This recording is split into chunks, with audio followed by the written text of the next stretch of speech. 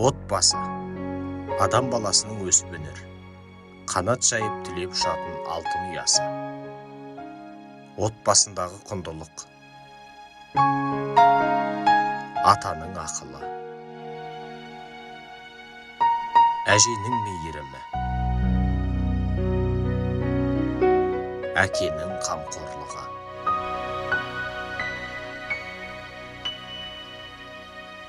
Ананың аяулы алақаны. Ата-ана отбасының негізгі діңгегі.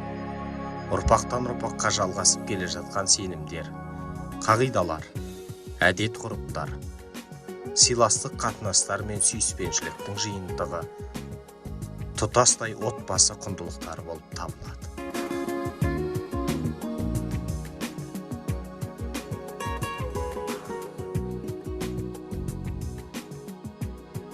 Ұлағатты отбасы ұлт құндылығының кепілі.